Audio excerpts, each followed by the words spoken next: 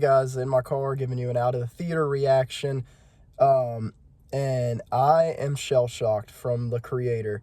I This was my most anticipated for the remainder of the year. There's not too much coming out that I was that interested in, and I had a lot of high hopes for this, but then the early reviews started coming out and I saw people were giving it praise, but then also people were nitpicking it. So it's kind of mixed. Usually, like, those early reactions are, oh my God, this is insane, the best thing ever. A lot of hyperbole. Hyperbole. And I come on here and give some hyperbole every now and then. And I'm going to try to be tamed for this. But this movie was very powerful. It was exactly what it needed to be. There's so much about this that impressed me. I was leaning in, wanting to I started to lose hope, the closer I got to seeing this movie. And I just didn't know if it was everything that it looked like it was going to be. But it was, but just even better, it just swayed away from the expectations in such a smart, respectable way.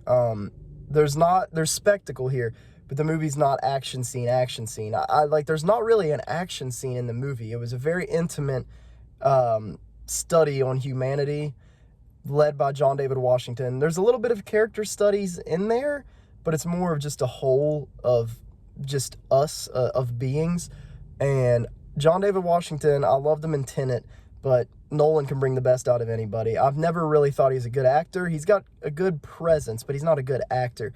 I thought he wasn't a good actor, but he did some impressive stuff here. He really grabbed me in so many scenes.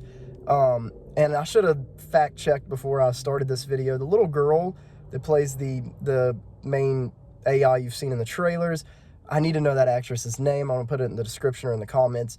Wow, this is her first on-screen role, and dude, every line delivery, every piece of dialogue she had hit. It was really commanding. There's so many great young actors in the past few years, and this is another one. I can't wait to see what this actress does next. This movie had me in a chokehold. I was floored. About halfway through, I was floored. And then I started to see the third act going in a certain direction. I thought I was predicting what it was going to be. And I was right about some things, but also I was just constantly impressed and surprised too. There's just a lot to unpack here, but it was just a very well done, mature story. It doesn't feel anti-Hollywood. I know that's kind of a bold, woke term, whatever. It feels like un-Hollywood, though. People are going to see this and want to go to the theater and have a fun time, kind of like Oppenheimer, and it just rattles your core, man. Sticks with you once you leave. The cinematography, Greg Fraser, I believe, who did the Batman, everybody saw those trailers. The posters look fucking gorgeous. We were all confident about that. And yeah, that man knows how to shoot film. They shot this on film. It just comes across beautifully without being on the digital film, Yeah, like all the silhouettes, all of that, the intimate shots. Greg Fraser's so good at the intimacy. The Batman had those close-ups. This one's so intimate as well, but the story itself is intimate.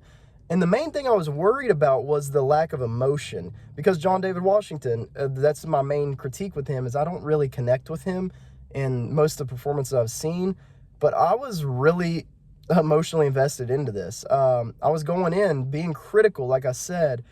I am shocked at that's the standout of this movie for me, was the emotional resonancy. I don't know if I butchered that word, but yeah, it just kept hitting me in waves, man. I got emotional. I teared up many times. It was paying homage. It had a lot of tributes to 80s movies, like I've heard people say.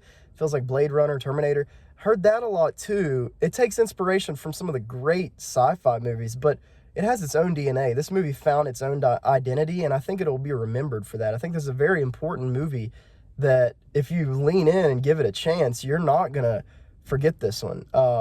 It's got vibes more like modern day sci-fi, in my opinion. At the beginning, it kind of felt like Elysium with these robots and this almost dystopian landscape.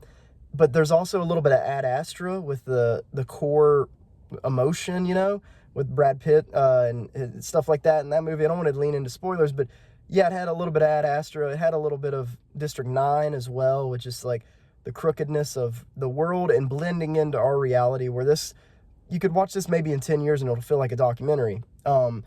There's so much about this that I was just not too sure about the closer we got to the release, with AI being a topic in our daily lives, all this stuff. It could have came across as cheesy, cringy at times. It could have, but it didn't. It doesn't focus on the threat as much as the acceptance of AI and the inevitability, but it makes you look at it in a different way. Like I have always kind of felt a little weird about AI myself, and yeah, this movie has so much topical information, and but at the end of the day, it's very simple. It's just about connections, and I think that's an important thing that we're here to share, is connections with people. And this movie honed in on that theme. The themes in here were very strong. Yeah, like I said, it's not an action movie. It's a spectacle, but it's just like an attack on the senses in the best way. I would say there's so much about this I loved. It's probably top 10 of the year. That might be a hyperbole, but I haven't been too blown away by many movies this year. This one, instantly, I was like paralyzed in my seat once it ended, and I love when a movie can do that to me. I'd say the best shot movie this year is still John Wick 4. I haven't seen every movie. There's a lot of movies I need to catch up on. But this is, Greg Fraser killed it with cinematography. And Gareth Edwards, I got to give credit to him as a director. This is probably my favorite movie by him. I really loved his Godzilla. And I liked Rogue One a lot. It's one of my favorite pieces of Star Wars. But I thought this just did everything that he lacked as a director. I think he really excelled this time. And it has similar tropes to Rogue One and other movies, but that's the thing that's really making me mad after I finish this, is I think this movie stands in its own lane. It's getting compared to everything under the sun, and I've even done it in this video, but it really found its own DNA. And the creator was just a fucking knockout of a movie. All I can say is I'm just impressed. I can't wait to see this again. See it on the largest screen you can. You're going in for just a movie, like a ride, but this is just sci-fi cinema at its best. Yeah, I was really going into this one not thinking I was going to say that, because I can sometimes just come out a little too hyper, a little too excited, but this one, I'm just excited to talk about it. And I think if you're not even a film fan, this movie opens up conversation just on the basis of it, just the fucking plot synopsis. It's a very bold movie, and I think it was special. I think this is an important movie. If I'm going to rate this, I'm going to go this is over 4 for me. I'm going to leave it at a 4.4 out of 5. It's right up there, 4.5 almost. Yeah, the creator, it's out. Don't sleep on this one. It doesn't have too much star power. I mean, there's great performances in there. Ken Watanabe from the Nolan Batman movies, and then Allison Janney is the villain. It's a very stereotypical villain, but kind of like Stephen Lang in Avatar. She elevates it because she's just a good actress, and I don't know, it just worked. But it could have just been so cheesy and making your eyes roll. But she was really good here. John David Washington and that little kid. Sorry to the actress, I need to memorize her name, but they absolutely knocked me out. 4.4 out of the creator, for the creator. Check it out. Don't let this movie flop, please. It's really one of the best of the year. That's it for me. It's the Jay Stray Way. Thanks for hanging out in my Out of the Theater car reaction. See you guys later.